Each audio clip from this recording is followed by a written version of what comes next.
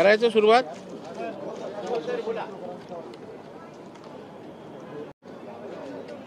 शिवसेनेच्या प्रवक्त्या सुषमा अंधारे आणि कुणाल कामरा यांच्या विरुद्ध हक्कभंग आज विधिमंडळाच्या सभागृहामध्ये या ठिकाणी मी मांडला।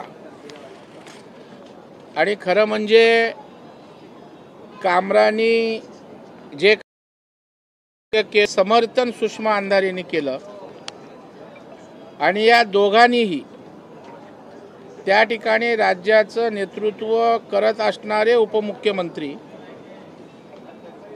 त्यांचा त्या ठिकाणी अवमान केलाय, पर्यायानं विधिमंडळाच्या सभागृहाचा अवमान केलेला आहे। आणि त्याच्यामुळे या संदर्भामध्ये हक्कभंग दाखल करून घ्यावा अशा प्रकारची सूचना मी या ठिकाणी मांडली। कारण कामरा यांचं व्यक्तिगत हिणवणारं त्या ठिकाणी गीत होतं आणि या कलाकाराने जाणून बुजून हेतू पुरस्पर माननीय मुख्यमंत्र्यांची अवहेलना अवमान केलाय, सकृतदर्शनी स्पष्ट होतं। आणि खरं म्हणजे सुषमा अंधारेंचं त्याचं पुनरुच्चार करणं म्हणजे विधिमंडळाला आम्ही जुमानत नाही, सरकारला आम्ही जुमानत नाही अशा प्रकारचं कृत्य या ठिकाणी होतं। आणि उपमुख्यमंत्र्यांविरोधी बोलत असताना किंवा मुख्यमंत्र्यांविषयी बोलत असताना कुठल्याही प्रकारचं भान या ठिकाणी ठेवलेलं नाही आहे। राज्याच्या मुख्यमंत्र्यांनी खालच्या सभागृहामध्ये त्या ठिकाणी विधिमंडळाची गनिमा त्या ठिकाणी सांगितली की प्रश्न एका व्यक्तीचा नाही, उपमुख्यमंत्र्यांचा एकट्याचा नाही, तर नेतृत्व करणाऱ्या त्या विधिमंडळाच्या नेत्याचा आहे। ते विधान परिषदेचे सभागृहाचे नेते आहेत। आणि मग जर अशा प्रकारे हलक्यात कोण्या सभागृहाच्या नेत्याला विधिमंडळाला घेणार असेल तर मला वाटतं या ठिकाणी तो सभागृहाचा अवमान आहे। आणि म्हणून या ठिकाणी हक्कभंगाची सूचना त्या ठिकाणी मी मांडली। आणि मला आनंद वाटतोय की माननीय सभापती सन्माननीय राम शिंदे साहेबांनी तो हक्कभंग स्वीकृत केला आणि हक्कभंग समितीकडे त्या ठिकाणी पाठवलेला आहे। हक्कभंग समितीचे अध्यक्ष ती समिती त्या संदर्भात निश्चितपणे चौकशी करेल आणि त्यानंतर योग्य ती कारवाई करेल अशा प्रकारची अपेक्षा आहे। दुसरा एक विषय, परिवहन विभागामध्ये या ठिकाणी बजरंग खरमाटे नावाचे एक निवृत्त अधिकारी आहेत। त्यांच्या गैरव्यवहारासंदर्भात घोटाळ्यासंदर्भात आज अंतिम आठवडा प्रस्तावामध्ये त्या ठिकाणी या बजरंग खराटेच्या चौकशीची EOWच्या माध्यमातून करावी अशी मी मागणी केली। कारण परिवहन विभागातील बदली प्रकरणामध्ये नागपूर पोलीस कमिशनर यांनी 2024ला त्यांच्या संदर्भात अहवाल सादर केला आहे आणि त्याच्यामुळे गैरव्यवहार आणि परिवहनच्या कारभारात हस्तक्षेप असल्याचं त्या अहवालात म्हटलंय। आणि परिवहन विभागानं सुद्धा मंत्रालयातनं त्या ठिकाणी 5 फेब्रुवारीला त्या ठिकाणी अशा प्रकारची कारवाई करावी, फौजदारी गुन्हा दाखल करावा अशा प्रकारची सूचना दिलेली आहे, परंतु कुठल्याही प्रकारची कारवाई झालेली नाही।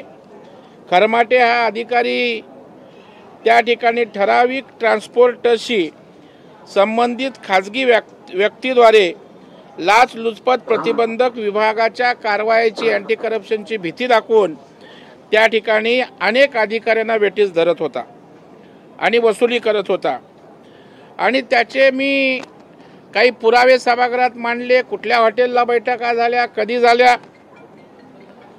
17 फेब्रुवारीला लेमन ट्री हॉटेल संभाजीनगर, 21 फेब्रुवारीला हॉटेल राज अहिल्यानगर, 24 फेब्रुवारीला हॉटेल फन सातारा, 11 मार्चला hotel Orient crown Navi Mumbai, तसे 20 मार्चला हॉटेल योगी नवी मुंबई येथे अधिकाऱ्यांना बोलवून त्या ठिकाणी खैरमाटेने अशा प्रकारचं वसुलीचं कांड केलेलं आहे आणि त्याच्यामुळं खैराटेंवर तात्काळ फौजदारी गुन्हा दाखल करावा आणि EOWच्या माध्यमातून या ठिकाणी चौकशी करावी अशा प्रकारची मागणी केली।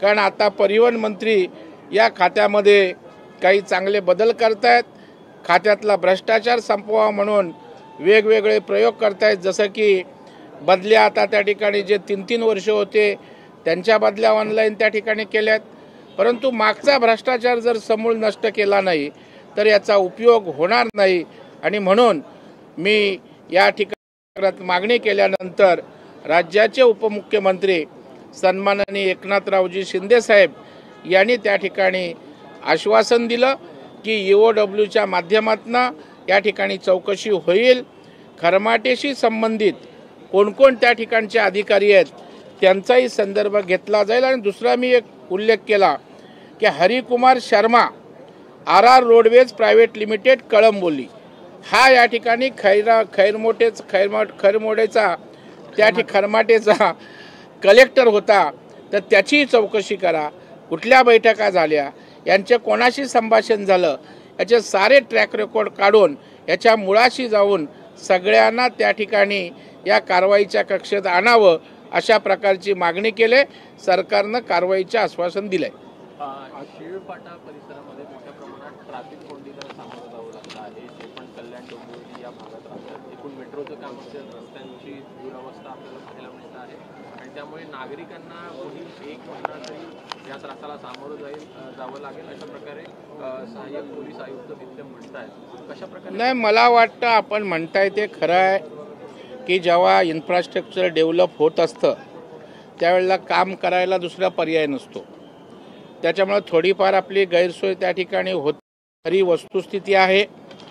या संदर्भामध्ये निश्चितच सरकार लक्ष घालेल, ट्रॅफिक सुरळीत करण्यासंदर्भात परिवहन विभाग असेल, गृह विभाग असेल, योग्य ती त्या ठिकाणी भूमिका घेईल।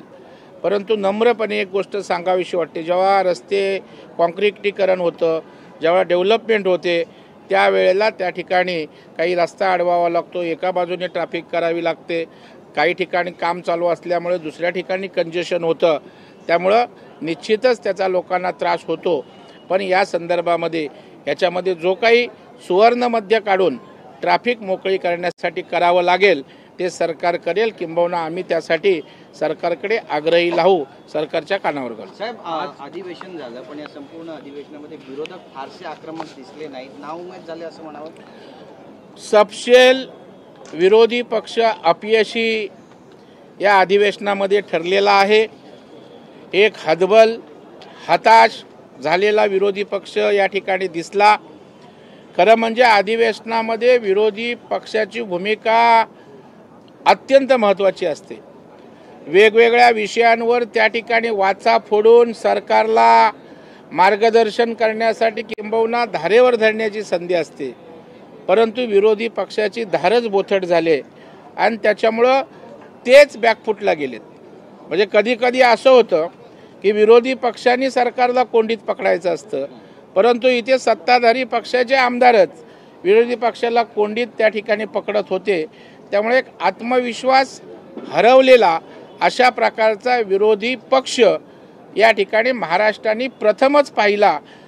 त्या दुसऱ्या बाजूने या राज्यातल्या जनतेसाठी अर्थसंकल्पाच्या माध्यमातून, उत्तराच्या माध्यमातून जनतेला प्राप्त परिस्थितीमध्ये जे काही देता येईल ते सकारात्मक भूमिकेतनं मुख्यमंत्री, उपमुख्यमंत्री आणि सरकारनं त्या ठिकाणी दिलेला है। आज विशेषाधिकार हनन नोटिस लाया गया विधान परिषद में, किस तरीके से ये था और क्या आपको लगता है, विपक्ष अभी भी कह रहा है कि उसने किसी का नाम नहीं लिया है और सरकार के लोगों को इस तरीके से कैसे लगता है कि एकनाथ शिंदे के ऊपर ही? एक देखो, संविधान ने ये सब विधिमंडल राज्य के उपमुख्यमंत्री है और उपमुख्यमंत्री के ऊपर अगर इसी तरह की घिनौनी हरकतें होगी, उसके ऊपर गान होगा, तो मुझे लगता है वो विधिमंडल सभागृह का अवमान है। और आखिर ये सभागृह की एक गनीमा है, उसको एक महत्व है, उसकी एक प्रतिष्ठा है। ये संविधान निर्मित सभागृह है, इसलिए ये सभागृह का अवमान है, इसलिए हकभंग हमने लाया और ये हकभंग अपने जो सभापति है उन्होंने स्वीकृत किया है और वो हकभंग समिति जो है वो हमारे लाड साहब की अध्यक्षता में है, तो इसकी जांच करेगी और उचित तरह की कार्रवाई होगी, इसके ऊपर मेरा विश्वास है। लाड साहब, कैसे इस पूरी मामले की जांच होगी? अजून आलं नाही तुझ्याकडे, सांग। कैसे मामला आया है? देखिए, आज सभागृह में इस विषय की बात हुई। सम्माननीय हमारे गटनेता प्रवीण दरेकर जी ने हक्कभंग का प्रस्ताव रखा। कुणाल कामराव और अंधारे मैडम के ऊपर वो हक्कभंग था। अभी